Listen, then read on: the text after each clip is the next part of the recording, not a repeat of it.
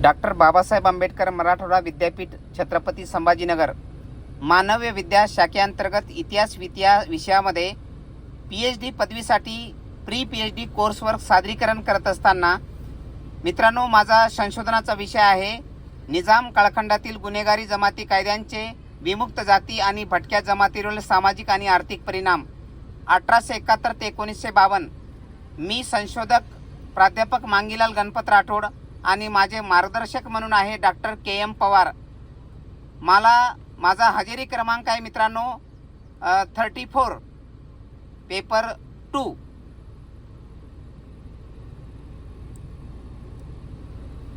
या pre PhD course अंतर्गत माझ्या विषयाच्या प्रस्तावनेविषयी बोलायचं झालं तर जागतिक अर्थव्यवस्थेमध्ये विमुक्त जाती भटक्या जमातींना विशेष स्थान असायला हवे होते, परंतु जागतिकीकरणामध्ये हा वर्ग कुठे आहे हा अनुत्तरित असलेला प्रश्न अजूनही अनेक संशोधकांना, अनेक रिसर्च स्कॉलरला तो प्रश्न पडताना दिसत आहे। या जमातींच्या जीवनाविषयी बोलायचं झालं तर ह्या जमाती अतिशय निकृष्ट जीवन जगत आहे मित्रांनो। मागील 75 वर्षामध्ये ज्या जाती जमातींच्या योगदानाचा इतिहास इथल्या स्थानिक इतिहासकारांनी, राष्ट्रीय लेवलच्या इतिहासकारांनी आणि आंतरराष्ट्रीय लेवलच्या इतिहासकारांनी त्या इतिहासाला खोडून टाकलं आणि भारतीय स्वातंत्र्य लढ्यामध्ये या विमुक्त जाती भटक्या जमाती असतील, आदिवासी जनजातींचा समूह असेल, या लोकांच्या अतिशय भेदक माऱ्यांमुळे ब्रिटिश सत्ता सुद्धा खिळखिळी झाली होती। या सत्तेला हादरा देण्याचं काम करणाऱ्या या जाती जमातींवर ब्रिटिश काळखंडामध्ये जन्मजात गुन्हेगारी जमाती कायद्यांचा वापर करून भारतीय स्वातंत्र्यामध्ये या जाती जमातींचा जो प्रवेश आहे तो प्रतिबंधित करता यावा। जर ह्या जाती जमाती पेटल्या तर विमुक्त जाती भटक्या जमातींच्या या अतिशय खुंखारपणामुळे आपल्याला देशामधून हद्दपार व्हावं लागेल अशी भीती ब्रिटिशांना जाणवत होती आणि ब्रिटिशांनी बॉम्बे रिसेटलमेंट ॲक्ट असतील किंवा सोलापूर रिसेटलमेंट ॲक्ट असेल आणि मद्रास प्रेसिडेन्सी अंतर्गत येणारा निजाम सरकारचा जो काळखंड आहे 1871 ते 1952 या दरम्यान विमुक्त जमातींवर निजाम सरकारने अतिशय कठोर कायदा करून विमुक्त जाती जमातींना कायद्या अंतर्गत आणून पोलिसांचा विशेष अधिकार देऊन या जाती जमातींवर प्रचंड मानवी शोषणाचा कळस गाठला। हा माझा संशोधनाचा विषय मला सादर करत असताना विमुक्त जाती भटक्या जमातींचे सामाजिक आणि आर्थिक प्रश्न मागील 75 वर्षामध्ये ते अनुत्तरित आहे। अनेक संशोधकांनी या प्रश्नाला हात घातला असेल, परंतु हा संशोधन अतिशय क्लिष्ट आहे मित्रांनो आणि मी निवडलेला विशेष संदर्भ मराठवाडा रिजन। निजाम सरकारच्या काळखंडामध्ये हा मराठवाडा जो उपेक्षित प्रांत आहे त्या प्रांतातील विमुक्त जाती भटक्या जमातीची जी लोकसंख्या आहे त्या 8 जिल्ह्याला उद्दिष्ट साध्य करून मला हा संशोधनाचा विषय मांडायचा आहे। माझ्या संशोधनाची उद्दिष्टे साध्य करत असताना विमुक्त जाती जमातीमध्ये सामाजिक बहिष्कार आणि लांछन निर्माण होतो याचा अभ्यास करायचा आहे। या समुदायातील लोकांना शिक्षण, रोजगार आणि आरोग्य सेवामध्ये कोणत्या अडचणींना सामना करावा लागतो याचा मला मूळ विषयाशी संबंधित असून त्याला एक वेगळं मर्म बांधणे गरजेचं आहे आणि त्याचा मला अभ्यास करायचा आहे। या कायद्यांमुळे या समुदायातील स्त्रियांवर आणि मुलांवर कोणता परिणाम झाला याचा अभ्यास करणे आणि आर्थिक परिणामाचं मूल्यांकन, या कायद्यामुळे विमुक्त जाती भटक्या जमातींच्या पारंपरिक व्यवसायावर आणि उत्पन्नावर कोणता परिणाम झाला होता याचा अभ्यास करणे हा माझा संशोधनाच्या उद्दिष्टामध्ये येतो। या समुदायातील लोकांना कर्ज, आर्थिक अडचणींना आजही सामना करावा लागत आहे। या कायद्यांमुळे या समुदायातील 18वी दारिद्र्य, गरिबी, सामाजिक आणि आर्थिक विषमता कशी निर्माण झाली याचा अभ्यास करणे, या कायद्याच्या अंमलबजावणीमुळे आणि या समाजासमोर कुठल्या अडचणी येतात याचा मागील 75 वर्षाचा आढावा घेऊन अभ्यास करायचा आहे। या समुदायातील लोकांना या कायद्याबद्दल अजूनही माहिती नाही, त्या कायद्याचा वापर करून, त्या कायद्याचा गैरवापर करून इथल्या उच्चवर्णीयांनी, हैदराबाद संस्थानिकांनी आणि हैदराबाद संस्थानामध्ये असलेल्या उच्चवर्णीयांनी या जाती जमातीचे कसे शोषण केले याचा अभ्यास करायचा आहे. आणि या संशोधनाच्या दृष्टिकोनातून जर विचार केला तर वैकल्पिक धोरणामध्ये विमुक्त जाती आणि भटक्या जमातीच्या विकासासाठी आणि त्यांना सामाजिक न्याय मिळवून देण्यासाठी काय पर्यायी धोरणे राबवता येतील याचा शोध घेणे, या समुदायातील लोकांच्या गरजा आणि आकांक्षा पूर्ण करणारे कायदे आणि धोरणे कशी विकसित करता येतील यातील शोध घेणे हा माझ्या संशोधनाचा विषय आहे. आणि संशोधनाची गृहीतके काही मांडत असताना विमुक्त जाती भटक्या जमातीवरील सामाजिक आणि आर्थिक परिणामाचा मला चिकित्सक अभ्यास करायचा आहे. सामाजिक बहिष्कार आणि लांछन, गुन्हेगारी जमाती कायद्यांमुळे विमुक्त जाती आणि भटक्या जमातीमधील लोकांवर सामाजिक बहिष्कार आणि लांछन वाढेल. शिक्षण, रोजगार आणि आरोग्य सेवामध्ये अडचणी, या कायद्यांमुळे समुदायातील लोकांना शिक्षण, रोजगार, आरोग्य सेवा मिळण्यात अडचणी येतील. आणि स्त्रियांवर या मुलांवर परिणाम, या कायद्यांच्या माध्यमातून महिला आणि मुलांवर विशेषतः नकारात्मक परिणाम होईल आणि त्याच्या शिक्षण आणि विकासांवर मर्यादा येतील. आर्थिक परिणामाचा विचार जर केला, पारंपरिक व्यवसायावर परिणाम झाला. गुन्हेगारी जमाती कायद्यांमुळे विमुक्त जाती भटक्या जमातींच्या पारंपरिक व्यवसायावर नकारात्मक परिणाम होईल.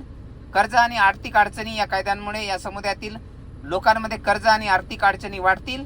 गरिबी आणि सामाजिक आर्थिक विषमता, या कायद्यांमुळे या समुदायातील गरिबी आणि सामाजिक आर्थिक विषमता वाढेल. संशोधनाची व्याप्ती आणि मर्यादा व्याप्ती स्पष्ट करत असताना निजाम कालखंडातील गुन्हेगारी जमाती कायद्यांच्या विमुक्त जाती आणि भटक्या जमातीवर जो परिणाम आहे, संशोधन विषयाची व्याप्ती आणि मर्यादा व्याप्ती कालावधी, हे संशोधन निजाम कालखंडातील गुन्हेगारी जमाती कायद्याअंतर्गत केंद्रित आहे, ज्याचा कालावधी आहे मित्रांनो 1871 ते 1952. भौगोलिक व्याप्तीमध्ये हे संशोधन हैदराबाद संस्थानावर केंद्रित आहे आणि माझा संशोधनाचा विषय हा मराठवाडा विभागाअंतर्गत येणाऱ्या विमुक्त जाती भटक्या जमातीचे सामाजिक आणि आर्थिक प्रश्न आहेत. निजामशाहीचे मुख्य राज्य असलेल्या त्याची सामाजिक व्याप्ती, हे संशोधन विमुक्त जाती आणि भटक्या जमातीवरील कायद्यांचा परिणाम यावर केंद्रित आहे.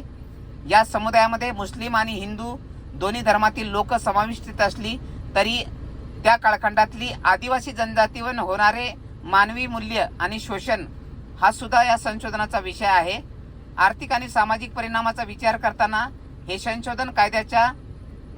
संशोधन विमुक्त जाती भटक्या जमातीवर लादलेले गुन्हेगारी जमाती कायदे विमुक्त जाती आणि भटक्या जमातीच्या सामाजिक आणि आर्थिक जीवनावर कसा परिणाम झाला यावर केंद्रित आहे.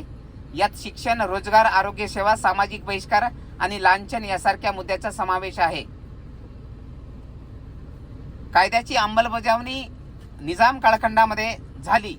हे संशोधन या कायद्याच्या अंमलबजावणी कशी केली गेली आणि त्यात कोणत्या अडचणी आल्या यावर देखील लक्ष केंद्रित करतो. या संशोधनाचा डाटा हा मर्यादित उपलब्ध आहे.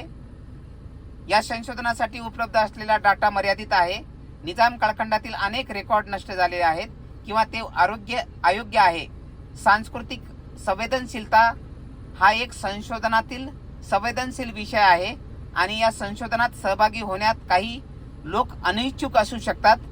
त्यांना समावेशित करून मी एक वेगळ्या अर्थाने आणि एक वेगळ्या अँगलने माझा संशोधनाची व्याप्ती मी वाढवणार आहे. गुन्हेगारी जमाती कायद्यांमुळे विमुक्त जाती भटक्या जमाती यासारख्या संकल्पनाची व्याख्या स्पष्ट नाही.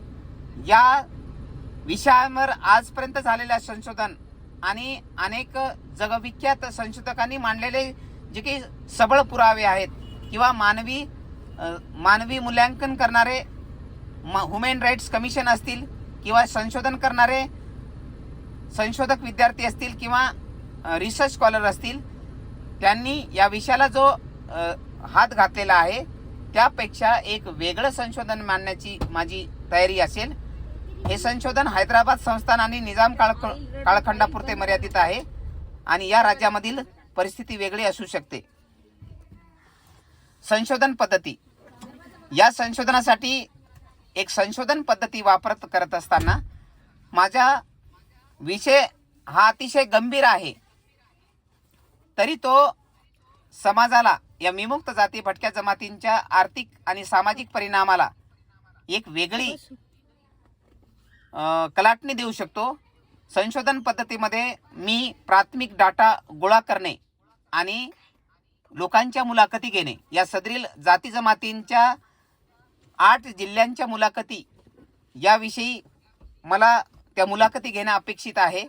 विमुक्त जाती भटक्या जमातीमधील लोकांची सखोल मुलाखती आयोजित करणे, या मुलाखतीमध्ये कायद्यांचा आणि त्यांच्या जीवनावर कसा परिणाम झाला आहे याबद्दल त्यांच्या अनुभवाबद्दल विचारले जाईल.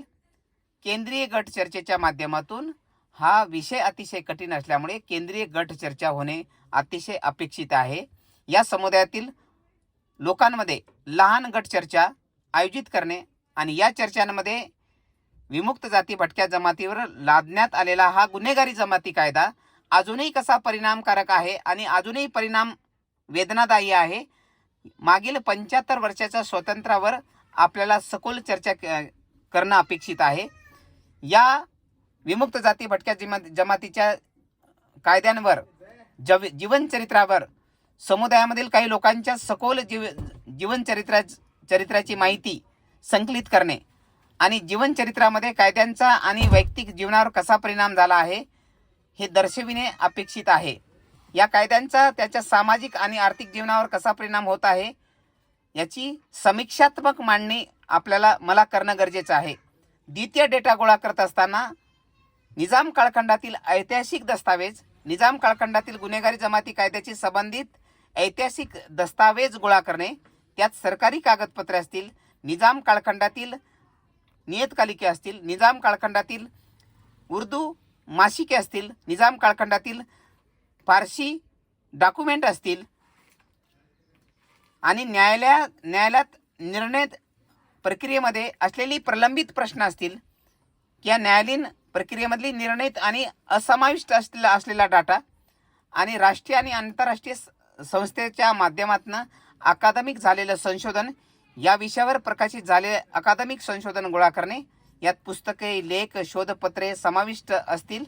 सरकारी आकडेवारी, विमुक्त जाती भटक्या जमातीच्या सामाजिक आणि आर्थिक परिस्थितीवर प्रकाश टाकणारी सरकारी आकडेवारी गोळा करणे, यात जनगणना असेल, डेटा असेल, सामाजिक आर्थिक सर्वेक्षण असतील आणि दारिद्र्याचा अंदाज समाविष्ट करावा लागेल. हा माझ्या मूळ संशोधन पद्धतीचा एकूण ढांडोळा असेल. तिसरा आहे डेटा विश्लेषण, गुणात्मक डेटा विश्लेषण, मुलाखती, केंद्रीय गट चर्चा आणि जीवनचरित्रामधून गोळा केलेला डेटा याचं विश्लेषण समीक्षात्मक पद्धतीने मला मांडणं अपेक्षित आहे. यात थीम असतील, नमुन्याची ओळख असेल आणि परिणामकारक डेटा विश्लेषण असेल. द्वितीय स्रोताकडून गोळा केलेला डेटा विश्लेषण असेल. यात सांख्यिकीय तंत्राचा वापर करून डेटामध्ये नमुने, ट्रेंड ओळखणे याचं समावेशित करून मिश्रित पद्धत, गुणात्मक आणि परिणामक पद्धत याचं विश्लेषण करून कायद्यांच्या चौकटीमध्ये आणि भटक्या जमातीवर याचा परिणाम कसा झालेला आहे याचा व्यापक अर्थाने मला ते मांडणं गरजेचं आहे. नैतिकता, चौथं आहे नैतिकता. संशोधन करताना सर्व सहभागींच्या गोपनीयतेचे रक्षण करणे हा माझा संशोधनाचा मूळ कटाक्ष असेल. संशोधन प्रक्रियेबद्दल सहभागितांना माहिती देणे आणि त्यांना त्यांच्या सहभागाविषयी संमती देण्याची संधी देणे, संशोधनाचे परिणाम अचूक आणि निष्पक्ष सादर करणे या संशोधनाचा मूळ उद्देश असेल. अपेक्षित परिणाम आणि संशोधनाचा परिणाम हा आजही विमुक्त जाती भटक्या जमातींच्या जीवनावर कसा परिणामकारक आणि भेदकारक आहे याचा सापेक्ष पद्धतीने चर्चा करणे. या निजाम कालखंडातील गुन्हेगारी जमाती कायद्यांचे विमुक्त जाती भटक्या जमातीवरील सामाजिक आणि आर्थिक परिणाम, विशेष संदर्भ मराठवाडा, इसवी सन 1871 ते 1952. प्रकरणाची रूपरेषा स्पष्ट करत असताना माझं पहिलं प्रकरण असेल विषय प्रवेश आणि संशोधन पद्धती. दुसऱ्या प्रकरणामध्ये संदर्भ साहित्याचं सिंहावलोकन करणं मी ठरवलेलं आहे. तिसऱ्या प्रश्नामध्ये म्हणजे तिसऱ्या प्रकरणामध्ये विमुक्त जाती भटक्या जमातीचं भारतीय स्वातंत्र्य चळवळीमध्ये निजाम कालखंडातले योगदान ते मी मांडणार आहे. आणि प्रकरण 4मध्ये विमुक्त जाती भटक्या जमातीचे सामाजिक आणि आर्थिक स्थितीचे सर्वेक्षण करणं अपेक्षित आहे, ते मी मांडणार आहे. आणि प्रकरण 5व्यामध्ये निष्कर्ष आणि शिफारसी, यामध्ये विविध प्रकारच्या घटनात्मक संविधानात्मक तरतुदी, शिफारसी, वेगवेगळे आयोग आणि समित्या, आजपर्यंत गठन करण्यात आलेले भारत सरकारच्या वेगवेगळ्या आयोगाच्या शिफारसी आणि त्या शिफारशीच्या माध्यमातून विमुक्त जाती भटक्या जमातीचे सोडवण्यात आलेले प्रश्न याचा निष्कर्ष आणि शिफारशीमध्ये सविस्तर मांडण्याचा मी प्रयत्न करेन. मी प्राध्यापक मांगीलाल गणपत राठोड. माझा पेपर क्रमांक 2 चा रोल नंबर आहे 34 आणि माझे मार्गदर्शक आहे डॉक्टर KM पवार. धन्यवाद.